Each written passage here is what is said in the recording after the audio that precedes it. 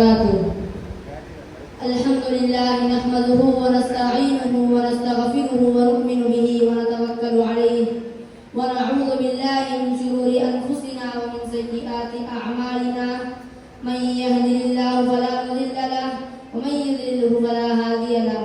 ونشهد أن لا إله إلا الله ونشهد أن محمدا عبده ورسوله.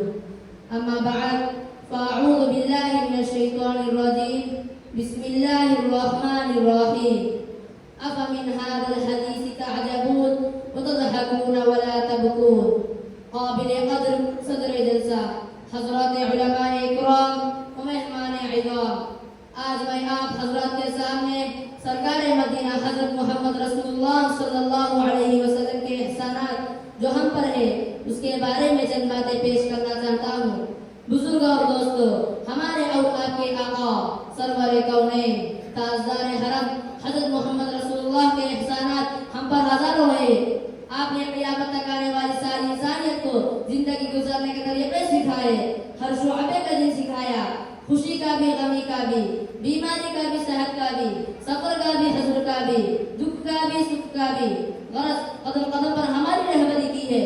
اتنا ہی نہیں بلکہ ہمارے خاطر ہماری کامیابی، ہماری فلاح، ہماری نجات، ہماری ہدایت کے لیے خوب روتے تھے، فکر کرتے تھے.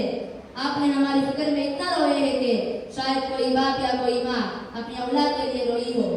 بزرگ اور دوستو، آپ صلی اللہ علیہ وسلم کے زمانے میں ایک چور کا ہاتھ کاٹا گیا تو آپ خوب روئے اور فرمایا میرے سامنے میرے ایک امتی کا ہاتھ کاٹا جا رہا ہے.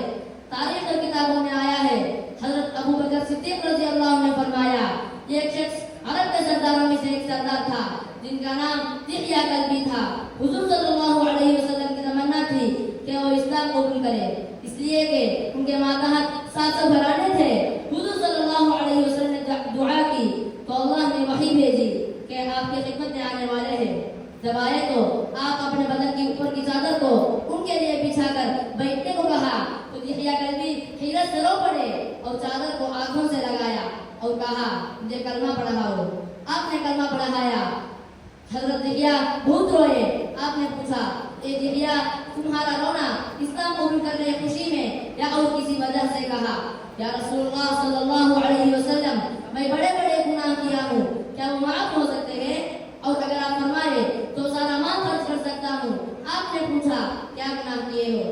کہنے لگے یا رسول اللہ میں اوپر سردار تھا، مجھے پسند نہیں تھا کہ لوگ یہ کہیں کہ یہ دحیہ کا داماد ہے، اس لیے میں نے اپنے ہاتھوں سے بیٹیوں کو قتل کیا ہوں. آپ خود حیران رہ گئے. اتنے میں حضرت جبرائیل علیہ السلام آئے اور فرمایا اے اللہ کے رسول، اللہ نے کہا کہ دحیہ سے کہہ دو کہ میں نے تیرے اسلام لانے کی وجہ سے 60 سال کفر معاف کر دیا، کیا میں تیری بیٹی کو قتل کرنے کو معاف نہیں کروں گا؟ اس بات پر آپ صلی اللہ علیہ وسلم اور صحابہ بہت روئے اور آپ نے فرمایا اے اللہ تو نے دحیہ کو صرف ایک مرتبہ کلمہ پڑھنے پر زندگی بھر کے گناہ معاف کر دیا، کیا میری امت جو ہمیشہ کلمہ پڑھتی ہے تو معاف نہیں کرے گا؟ بزرگ اور دوستو، آپ صلی اللہ علیہ وسلم ہمارے خاطر کتنا روئے ہیں اور ہماری کتنی فکر کیے ہیں. ہمیں بھی چاہیے کہ ایک ایک امتی کی فکر کر کے رونے والے بنے. ایک حدیث میں آیا ہے حضرت معاذ بن جبل رضی اللہ عنہ فرماتے ہیں کہ میں نے آپ سے عرض کیا یا رسول اللہ صلی اللہ علیہ وسلم یوم ينفخ في الصور فتأتون افواجا کا مطلب کیا ہے؟ اس سوال سے آپ صلی اللہ علیہ وسلم اس قدر روئے ہیں کہ آنسو سے کپڑے تر ہو گئے اور فرمایا اے معاذ تم نے بہت بڑی چیز کا سوال کیا. سنو، میری امت حشر کے میدان میں 12 قسموں میں تقسیم ہوگی.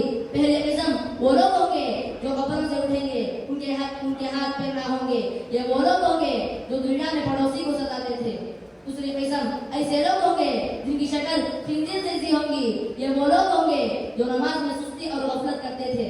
تیسری قسم ایسے لوگ ہوں گے جن کی پیٹ پہاڑوں کی طرح ہوں گی، ان میں سانپ اور بچھو بھرے ہوئے ہوں گے. یہ وہ لوگ ہوں گے جو مال کی زکات ادا نہیں کرتے تھے. چوتھی قسم وہ لوگ ہوں گے جن کے منہ میں خون جاری ہوگا، جو اللہ کے عہد و پیمان میں مال لیا کرتے تھے.